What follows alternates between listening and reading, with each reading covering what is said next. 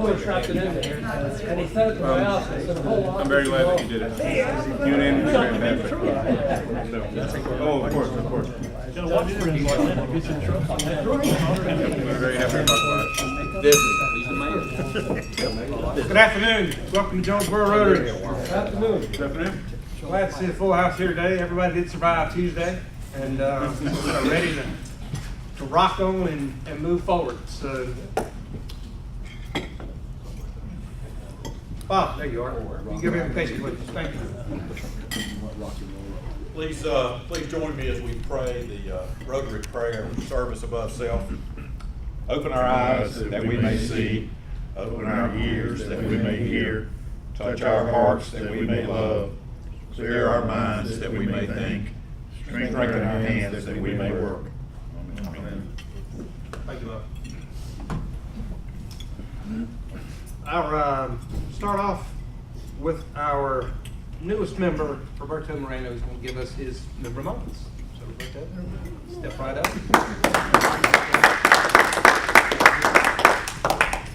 I was told I had 30 seconds or something. Well, Roberto Montero, wanted to kind of give you some information. This is fairly new to me. I didn't know Larry was talking about the $10 for Polio Plus. How does that work? How do I do that? You have to get Just kidding. Just kidding. I was going to see if Larry counted that one. But why? One of the things I rejoined Rotary was one of the things that I found when initially Larry got me about 6-7 years ago was becoming a part of something that was international and being a part of the community, being involved in the community, be able to see what's going around it, what's coming in, what the trend is, where can I fit somewhere that I can help. It was one of the things back then that I recall, and I'll talk about a lot that interested me was back then, Larry got me involved with I think it was like a scholarship program, a Spanish scholarship program that we were able to visit Carolina. I think it's where the program was initially started, and I don't know if that's still around. We got to meet really good younger, I was trying to find myself after college with a career, and found that I was able to kind of help lead that and be a part of that. So it really intrigued me into becoming a part of it. For many reasons, a lot of people joined Rotary and different civic organizations. One of my main reasons I joined is just for me to become a better citizen to the community in which I live, and I grew up in, and being able to see where I can help, whether it's as minimal as I can or the most that I can be a part of. But that's kind of why I joined and want to be a part of something that I was used to, and I know a lot of the people here, and being able to help around and kind of put my hand out there where I can and when I can. A little bit about myself. Originally, my family, I was actually born in Mexico City. Came over to the States probably when I was 4 or 5 years old. English is my second language, which my son at this day still doesn't understand that. So it's kind of interesting. But I have an older brother. He graduated from state, where I got my he took me to all the games in basketball, so that's where I got my affiliation with Blood Red, so I'm a state fan. He's actually moved down in Florida, not Florida, he did it Florida, but he's now in Costa Rica. He's been there for 3 years. Love visiting him any time that I can. He's married and has a 2-year-old daughter that is amazing. I also have an older sister, works at Grace Christian, and been there for years, and she's got 3 kids, two boys, 1 daughter, and one of the reasons I also moved back to Sanford is that my son goes there, so she kind of keeps everybody straight, and especially my son when he just kind of gets out of hand a little bit. I went to East Lee, went to Lee Senior after that, graduated in '99. Didn't know which way to go initially, so I actually attended Sandias for a year. Found something I really wanted, and I went to UNC Pembroke, which I understand David then back then it wasn't part of the UNC system at that point yet. I think it was fairly new. So I went there, had the opportunity to play a little soccer there for about a year or two, got hurt, and I actually fell into banking. If everybody tells me how did you get into banking? It's like, really, I fell into it, literally. Guess I fell during the game, I got hurt. But everybody else, all my other buddies that I was hanging around with in college, worked at the bank, and my first job ever was a collection agent with BB&T. So that was my very first job, and it's been going up ever since. But I did that. I've worn many hats within RBC, now PNC, and right now I'm a business relationship manager. I deal with a lot of all the business in Sanford and surrounding areas for PNC. And been loving it, enjoying it. I get to see a lot of the businesses come in and talk to different businesses, and it gives me that great opportunity to do that. One of the things here that I thought was pretty, I don't know if I really wanted to say this, but one thing that people don't know about me, everybody can say, I think Larry was talking about being a ballerina or something in a play, but secretly, I know it's like recording now, but I didn't really want to say this. I secretly like the shows my wife watches, which are, I wrote them down, and I'm sure you guys know this one too. It's one of them is Married at First Sight. You guys ever seen that? Come on now. No. Sell in New York, Sell in LA, and my Crazy Gypsy Wedding. I don't know if you ever guys seen that. Those, that's our fun time. We kind of get together, sit down as a family, and her, she picks some shows every night, and I pick some shows, and she doesn't really know that I really like them. So that's good. She doesn't know that. Roberto, you're gonna lose your man card. Yeah, well, I thought that's why I was like, should I really say this? Should I not? But I think one of the biggest things, best memory here that I remember. The best memory I had was my heroes, my father and my mother. They overcame a lot of obstacles to give us the opportunity that my sister, my brother, and I have today. They've gone through a lot. I've seen it, so that I've been able to respect where we came from and how things progressed and where we are today and where we want to go. So I kind of passed that on to my family, my son. But one of the best memories that I think I had was probably the conversation that I had with my father before I got married, when I was telling him I was going to get married and ask, my wife, to marry me. He sat me down. It was probably seemed like 15, 20 minutes. It ended up being about 2-3 hours. And they explained to me the meaning, of marriage and the meaning of being a husband and specifically being a father, which took that to heart very deeply. And it's probably the best time that I had with my dad. There was nothing around us. It was little people, but we couldn't really. We were having a great conversation at that point. But other than that, I myself, have my 13-year-old. He's going on 30 from what he thinks. And he thinks he's going to start driving next year, which insurance-wise, I don't even know if I want to think about that right now.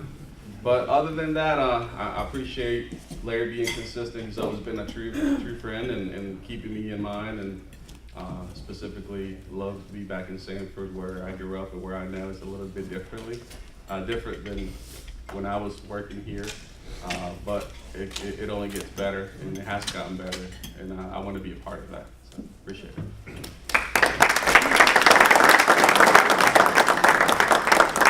Roberto, here's your official badge. Oh, great. Okay, now you can just wear it on the other side along with your bank badge.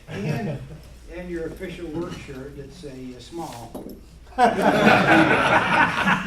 No, it's an extra large. Now, John has got us ringing the bell, for the Salvation Army, and it's usually like 32 degrees out, but he insists that we Just wear wearing a t-shirt. Yeah. Well, you can wear, Thank you. Yeah.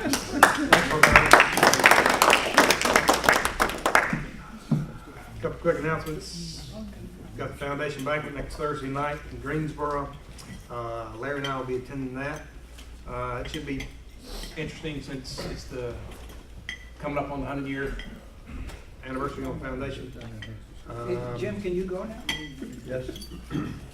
Can we still register? I will call them up there and get them in there. Okay. Good. So Larry, Jim, and I are home. So, still need to figure out if we should meet on the 22nd of December. Is anybody ever gonna be in town? Y'all just kind of let us know about that so we can let them know. I'll give you another week to think about it. That's about it. John. I am Van Silliman today. A little bit taller, a little bit more hair. All right, thank you, President David. We have from Sanford a visiting Rotarian, and he's a pretty frequent visitor, Tommy Rosser. Where's Tommy? There he is. Hey, Tommy. Tommy is our Assistant District Governor as well as a visitor today, so good to see you, Tommy. We have announcements from Robert Gilland to start off with. Okay, Robert? David and I were discussing the White Elephant Sale. It's going to be January 28th, 2017. And for the new young ladies, White Elephant Sale is a meeting that we devote to an auction with items that we bring. We come as members, we bring guests, we have a fun time auctioning off these items, and the items are generally things you don't want that are at your home. That's why we call it the White Elephant Sale. We've done it for many years. The proceeds go to purchase t-shirts for the children that are part of our Character Plus program. So wanted you to know the date, wanted you to be thinking about coming, attending, bidding, bringing a guest with you, bringing good stuff. That's always the motto every year, bringing good stuff. It's not too early to be thinking about what you're going to bring. Ask your wife, you guys, ask your wife, what can I bring? Because I guarantee you there's stuff she's got she wants to get rid of. So let your wife be thinking about this as well, you guys. And we'll be looking forward to doing that on January 28th. Toys, if your kids have outgrown certain things, bring those, because those of us who have grandkids now, we're always looking for new stuff to entertain our grandkids. So just lots, be thinking about this stuff. We want January 28th to be a successful sale date, and we want to have fun as always, but we also want to make sure we raise money for those t-shirts. Robert, point of clarification, January 28th is a Saturday? Yeah, and we're doing it different this year. We're all coming down here on Saturday. So we can do it all day long. What is it, 4:30? It's going to be probably last Thursday in January. Yeah. 26. Okay, 26. 26. All right, we'll go have a ahead and do it on Thursday. If we had so much stuff that we had to go an extra half hour, or we plan to do the same? If we, absolutely. If you again, the main thing is please come, please bring a guest, please plan to bid. We have some folks in here who are just wonderful at keeping the bid and going while other folks just look and laugh. I want everybody bidding this year and everybody get involved so we can, again, provide those t-shirts to the kids. The kids are so thrilled when they get those t-shirts. That's part of Character Plus, and so it's a great project. And again, we have a lot of fun doing it, so just keep that date, the Thursday, January 26th date on your calendar. Mayor Mann will be back that day. All the celebrities will be here. See you then. Thank you. Thank you, Robert. Yvonne Bullard. Oh. It's a month away and we're going to have our Christmas fellowship. So therefore I've got a sign-up sheet. I'm going to start passing it around today. Be sure and read all the small print, because the small print's going to help get you to where you want to go. December the 8th, 6 o'clock, Westlake Valley Clubhouse. We're going to be having the Mike's Happiness Fund also that night, and that means bring a gift for a child, probably about $20, $15, $20, and or you can contribute a check if you want to give financially like that. Otherwise, side dishes A through M, desserts N through Z. And everything else is right here. So sign up. I'm looking forward to a full crowd. Thank you, Yvonne. Next, Tommy Rosser. Yes, I just wanted to give a quick report. You haven't seen me a whole lot but the last month or so, but I've been in Pittsburgh. And I'm glad to announce that we are in the process of chartering a new Rotary Club in Pittsburgh. and we needed 20 members, and I'm overwhelmed. We got about 25 or 30. So it's going to be a great club. They're excited. They're going to meet on Wednesdays at lunch, and we're in the process now of getting the paperwork together, getting them chartered with RI, and hopefully January have them up and running. So great, and appreciate everybody's help. And David Spivey was really helpful in helping me introduce some people up there, and it's really gone great. Thank you, David. Thank you, everybody, for helping on that. So really good. Great news, Tommy. Thank you. Jim Miller has an announcement. We talked about earlier in the year about having a Rotary business card to invite people to come to Rotary. They're in a box with the name tags, help yourself, and there's a line at the bottom where you can put your name on it. So that if you invite somebody, and so you get credit for actually bringing them, for them showing up. So I gave Mr. Joyce, I gave him he got the first batch of 10 because, but anyway, we think it's a good idea, and so pick up a couple. They will be in the box. There's a box of them. They'll be available in the name tag box every week. Okay, perfect. And the last thing is that, as you know, as you can see, I didn't go to Haiti on Wednesday. Things happened and they downsized the actual group, so I got schnitzeled. So we will continue our bucket, and we're up to $488. Are Thank you you gonna all sleep very on the much. floor just for like old time's sake? Pardon? Are you gonna go sleep on the floor for old time's sake at home? I don't need anything from you. I think what he's saying is you're not president anymore. He doesn't have to. That's right. That was my announcement. All right, thank you, Jim. Going for 2 days. We are ringing the bell with Salvation Army in about 4 more weeks, so I've got a sign-up sheet. Thank you for those of you that have already signed up. We've got Tuesday, December 6th, and Wednesday, December 7th.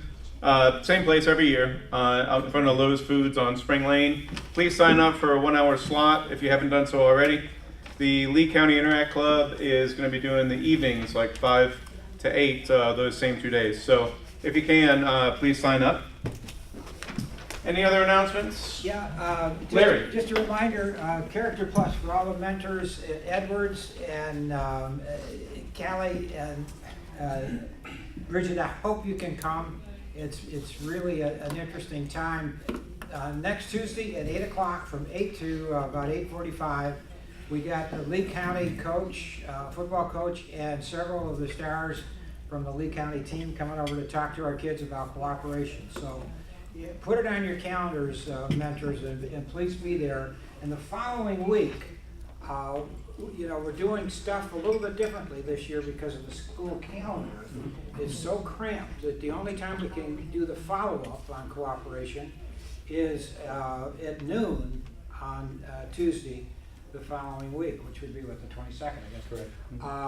And John and I did it because there was things moving around. We had to do it on Friday this last time, and we were the only two there, and so we had about 14 or 15 kids apiece, and that's not being able to do an at-risk session with the kids. Right. So we really need the mentors, particularly for that day. And then there's 5 5th grade classes. Yeah. And certainly Larry and I, well, first of all, we love to talk. But we did fine, but Larry's right. If the guidance counselor and or the teachers had singled these kids out as in need, at most risk, it'd be better if we had maybe a 5 kid to 1 Rotarian At the ratio, most, yeah. kind of a thing. So yeah, thank you for that, Larry. Bragging bucks. Cost you $1 to brag. Who's happy? Larry? Yeah. Larry's happy. I got to brag on Kevin. There you go. Congratulations, Kevin. And all our members who have taken on the civic responsibility. That's right. Of being involved. And I'm sorry, Janice Davis can't continue, isn't going to continue on the school board. She ran an excellent campaign. As did Krista Lambert. And she Krista knows, didn't make it, and but Chris, Chris ran an excellent campaign too, and he was that close. He really was. And so I'm sure Chris will be back. Yep. But we applaud all of you folks that think about community service like that. And Kevin, congratulations. It was, Yep. it was a really, really good campaign. Any other Brighton Bucks? David Spotty? I'm gonna brag on Bob Joyce. Last Sunday afternoon, myself, Bob, and 4 other guys did the fall foliage kayak float with Chad on Deep River, and it was a beautiful afternoon. And I was the only Baptist with 5 Methodists. I was hoping they would turn over and I could baptize them, but we didn't. Not a single one of us got wet, so it was a good afternoon. So they didn't convert you, huh? No. Thank you, David. Anyone? Bob, all right, Bob's got a retort. Bob's got a retort. All right, well, I get 2 for 1 today. Sure. So, David was a great guide, hence the reason that we didn't turn over. Because he was a great guide to show us where to go, where not to go. We did have a great trip down the river. That's something everybody ought to do. It was probably the most relaxing thing I've done in a long time.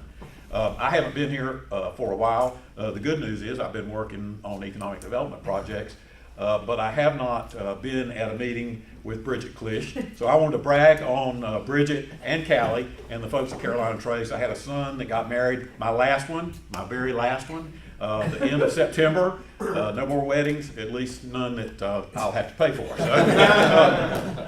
So they did a great job. Bridget was super. Thank you for everything you did. Carolina Trace was perfect. I tell you, we've got a real asset in Carolina Trace Country Club. Thank you. Thank you. All right, I'll turn it back over to you, David. Thank you. Thank you. John, Dan. And because we are not a discriminating club, and in honor of John Crumpton, our program today is our mayor.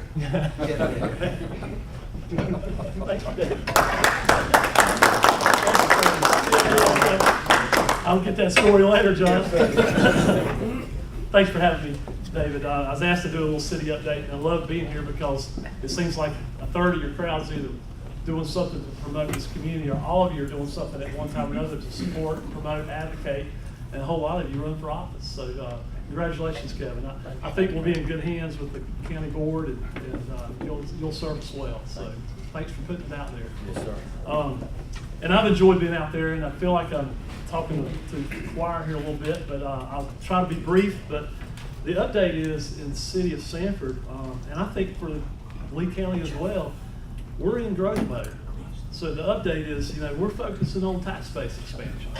And I'm pretty blessed to tell you that we don't have the social issues, the racial tensions, some of the things that other communities have, because we got a sheriff, we got a chief, and we've got community people like you that kind of hold that part of the society together here in Sanford. So we're able to focus on things we need to be focusing on, I think, which is growing. And as I look at our numbers the last 6-7 years, we've been pretty flat. We've had some population growth, but it hasn't been the kind of growth that has led to big tax base expansion. It hasn't necessarily led to increased budgets until the last 1.5 to 2 years. And now we're starting to see revenues coming in and commercial growth. And those are really good things, and they're great indicative trends of what I think we can expect. And I can tell you, being a lifelong Sanford person, I think we're in a really good spot in our history. I think being invested in Sanford today is really going to pay you off next 5 or 10 years, as long as we keep our focus and our foot on the gas as far as growth goes. So there are a lot of issues that I could be focusing on, but our city council is going to continue to be doing all we can, as hard as we can, to accelerate the job growth and economic development, because I think we can help a lot of people with tax base expansion. And hopefully that brings in more non-profitable people, charitable funds, and things that we struggle to have now. So one of the things that I noticed on our utility fund was that we've had this extremely flat line for the last 7 or 8 years. So when you look at a growth of the city, you look at, are we growing customers? And we really haven't. We've been very flat. with the utility rates and utility growth. But now we're starting to see some opportunity. And I was going to tell you a little bit about that, and then I'll get to some of the easier stuff. But Larry, will you be my third hand? Sure. I borrowed this from Bob Joyce. I think he gave a presentation on this morning, I understand. But I want you to understand where you are in the history of North Carolina right now. So down here we have Sanford, and this is where 501 and number 1 meet. And as you go out to the industrial park in Colin Road this way, you'll see this highlighted area is Central Carolina Enterprise Park. And that's a combination of the Triassic site, and then the combination of about 250 acres or so of a private group that has taken down the land out there. They've combined to form the Central Carolina Enterprise Park. We're going to put about $4 million of sewer there. The county is putting high-speed fiber broadband there. We're going to have all the amenities and utilities, probably have sidewalks. So we're going to try to create this 21st century modernized, highly amenitized industrial park. It's one of the largest of its kind, and it's certified by North Carolina and Duke Energy. So there's very few of these in the southeast. As you go just a little further here, you're going to see that's the Raleigh Executive Jetport in this area. And then you're going to keep going down, and you're going to see the Moncure mega site. For those of you who don't know, it's just over the river. That's where the old Allied Fiber site was. You've been here a long time. That has been taken to the ground. All that's flat. 3,000 acres out here, and we're being told and got every reason to feel confident this could be the number 1 site for an automotive maker. So we've got a great chance at landing an automotive manufacturer there. And if we do, they'll probably bring in 20, 25 companies with no incentives, and a whole lot of them can end up in this area. But typically 2,500 jobs go to the automotive manufacturer, and over 10 or 15 years' time, you can anticipate 25,000 jobs within that 50-mile radius around it. So while we don't have a site that could accommodate that in Lee County, having it right here is probably the second best place it could be for us. And even if we don't land an automotive manufacturer, we're going to land something big there, and it'll be a benefit to Lee County. So Sanford has been asked to collaborate with Chatham County, and we're going to be working a sewer design plan. And part of what they need to be on the map and be in consideration is a working sewer plant. So we've already contracted with them, and we're going to be providing that. So we'll be at the table. The city of Sanford will be at the table when and if this thing unfolds.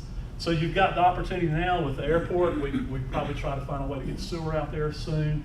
We're going to be amenitizing this area. And I really think with Bob's help and all the people at the Sanford Area Growth Alliance, you're going to start to see some wins there. We're really excited about it. Bob's probably as busy as we've ever been in economic development in 20 years right now. He's got some major projects coming to our airport, major job opportunities, and some major expansions in Lee County.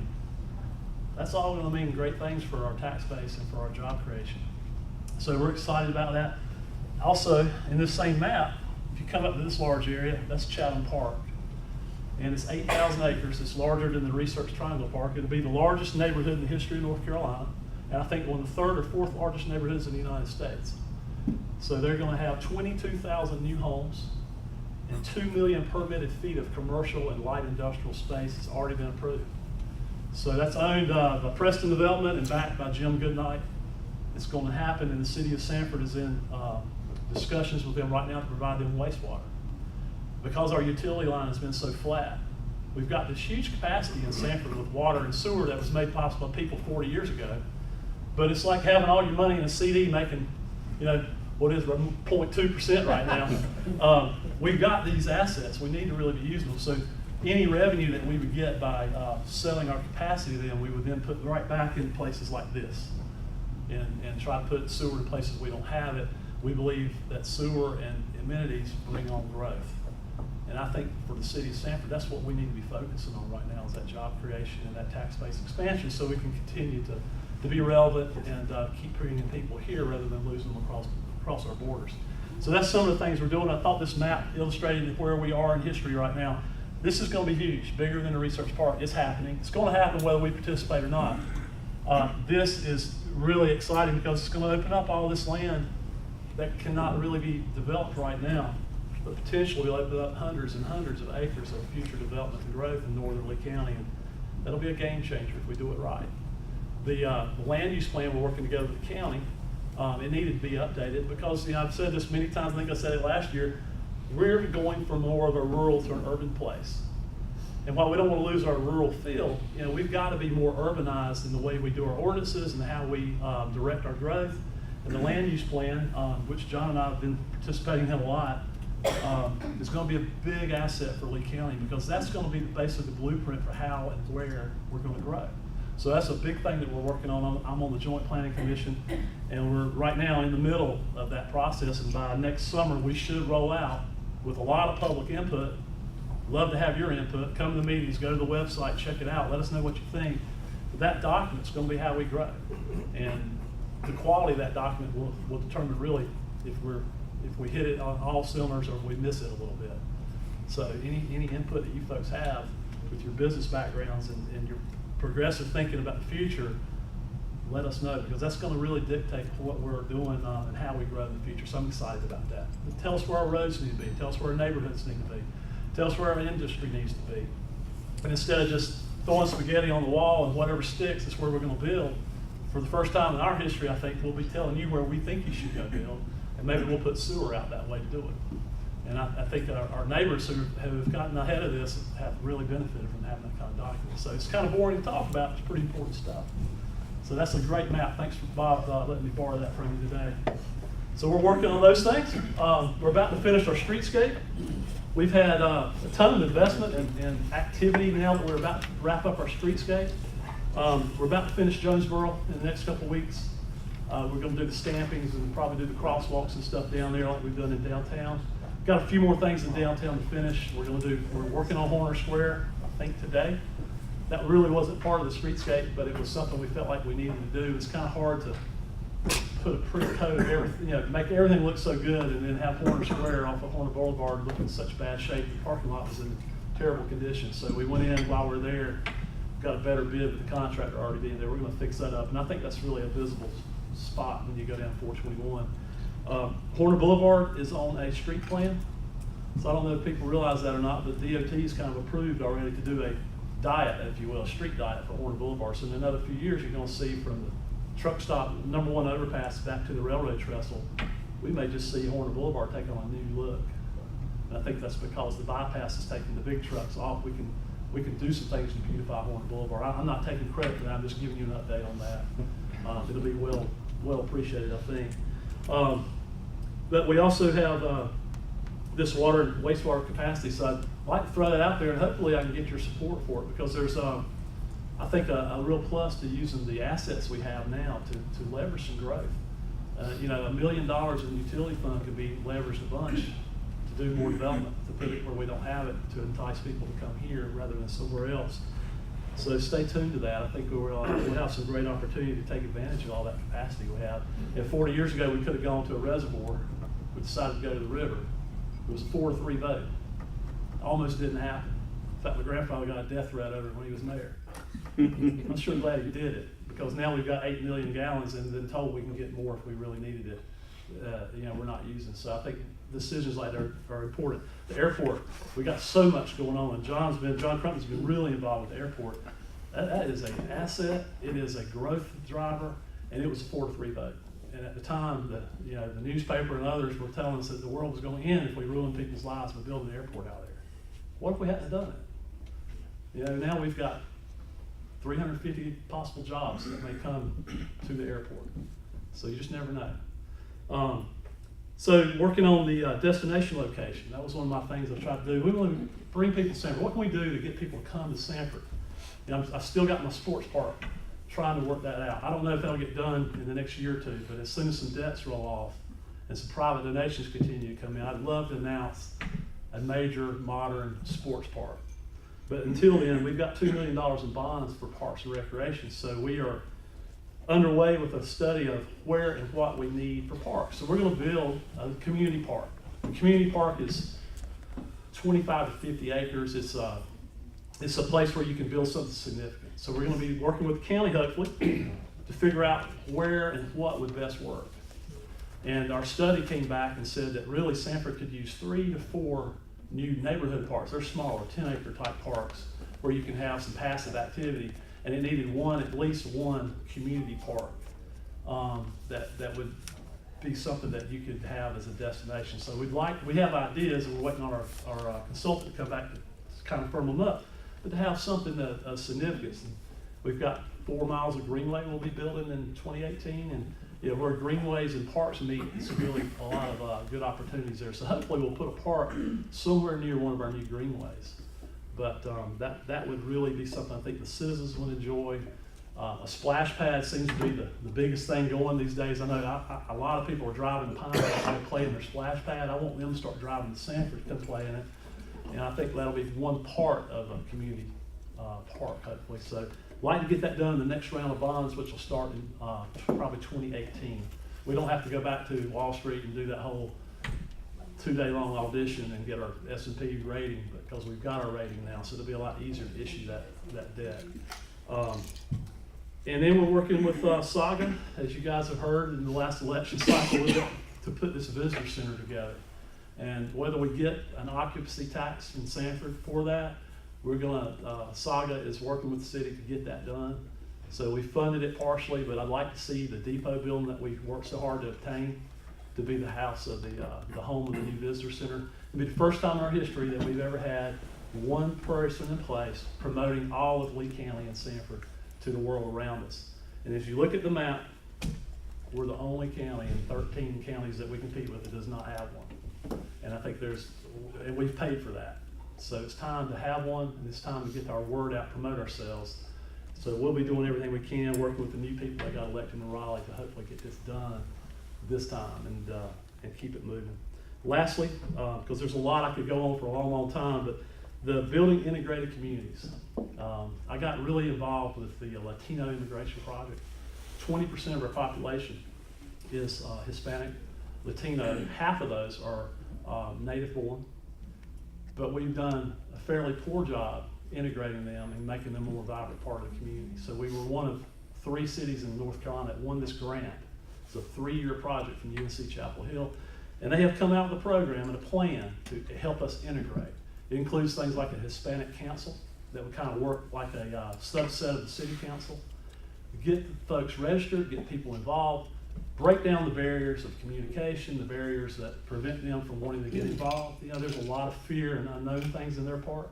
We've learned a lot from this, but the thing I have learned is we're only going to be as good as our weakest link.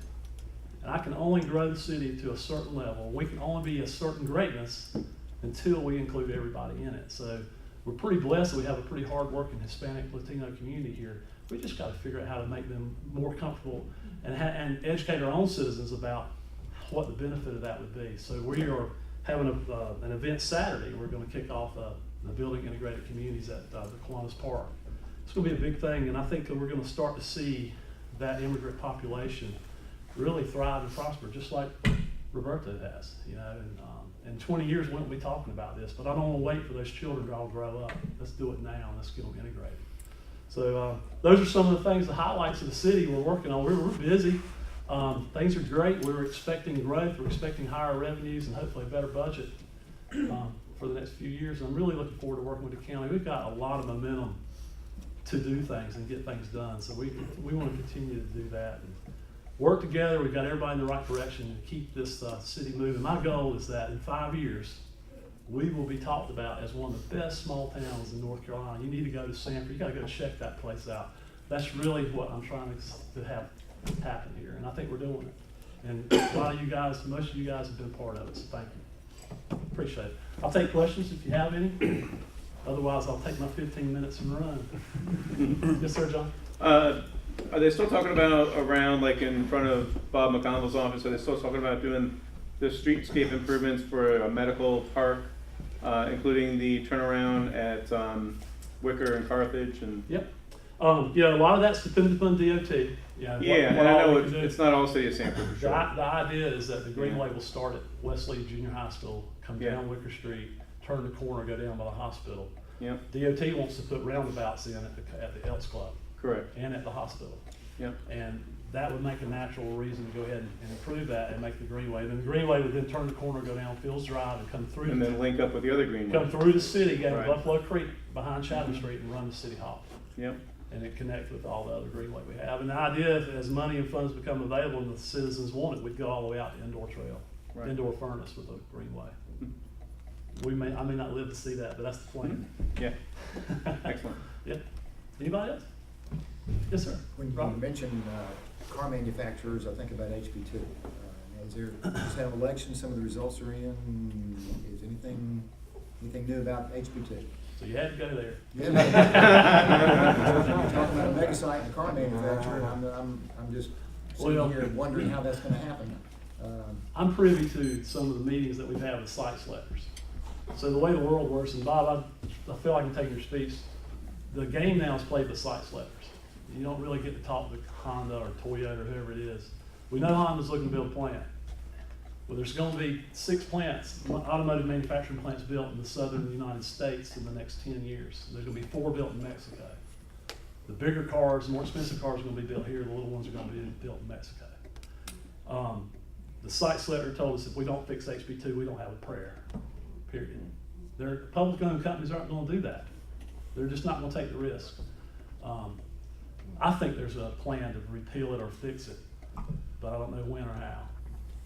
It's a shame if you ask my own opinion, because we've lost jobs and we've lost brand.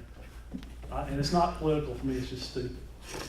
The people up there are smarter than that, but unfortunately that's politics. So I think it gets fixed, but they have told us straight to our face, you gotta fix it or we won't come. So hopefully it gets fixed. The people that need to know that. So election's over, it's time for them to fix it. Is that a factor? I know that certainly there would be a factor at the mega site. Is it likewise a factor at Enterprise Park? I don't know this is as much a factor for the smaller plants, especially privately owned companies, but it seems to be more impactful with the publicly owned companies. You know, they've got to report to stockholders and employees, and you know, they've got in all their policy manuals, you know, they don't discriminate. They can't come to a state that says they discriminate, or if they feel they would, it'll get fixed. It's just, you know, how it gets fixed to be the question, but it'll get fixed. The people on both sides of the aisle won't fix it. It's just a matter of who's gonna blink or who's gonna give a little. I think it will. But that's a fair question. It's gotta get fixed. Did I say that right, Bob? Exactly right. Okay. He has to deal with it before I do. Mayor Mann, I mean, again, I guess we're speaking for Bob, but CEO of Sanford Area Growth Alliance, Joy Thrash, and Economic Development, Bob Joyce, have echoed exactly what you said. I In was in the response room. to Robert's question, I'm in the room with them, and I. that is hear 'em. exactly what's happening. Yeah. It's a really big deal. Yeah. Social issues And- are and- tough in and- business. Mayor Mann standing before us, he's not the one that's making the decisions on this, Yeah. but it's negatively affecting us terrifically. Yeah, social issues are just tough when you're trying to recruit business. It's just, they don't want to get involved with it. So. But other than that, we're still going, whether it gets fixed or not, we've got all kinds of activity. And we've got a microbrewery coming next spring. We've got a lot of things happening that will promote us. Yeah, there's a customer. So we're excited about our streetscapers brought in some business. Jim just woke up. Yeah, our streetscapers brought in some business. You know, believe it or not, beer brings in business. These guys, they have a lot of employees. They manufacture this stuff. They sell it. Big barrels go out the door. You've been to Asheville? I've been, yes, sir. I mean, you gotta be kidding. Yeah, and it's a big thing in small towns now. It is, yeah. Yes, ma'am. Is the Footwear microbrewery brewery. Hugger Mugger? Yes. Okay, because we've talked to them too about possibly supplying from them. Oh, so. good. Yeah, Hugger Mugger, and then we actually have another one that's interested. You know, Camelback, I think may do something. So we've got a couple that are already interested here, which is amazing. Anyway, thank you for your support. I appreciate it.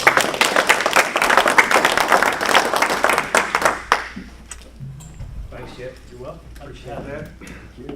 Doing a great job. Things are going well. Jeffrey. All right.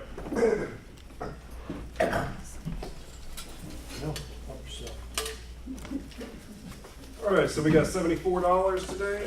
Winners walking home with 37. Here we go.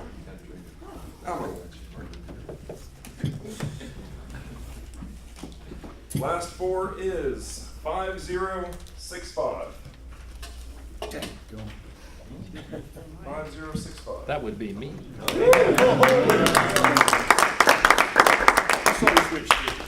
I didn't do it. Swear to it, I didn't switch it. All right, thank you. Tommy, thanks for being here today. Glad to be here. Next Tuesday Now I for can take my sure. son out to dinner. Chester, thanks again for Thanks for having me. program today.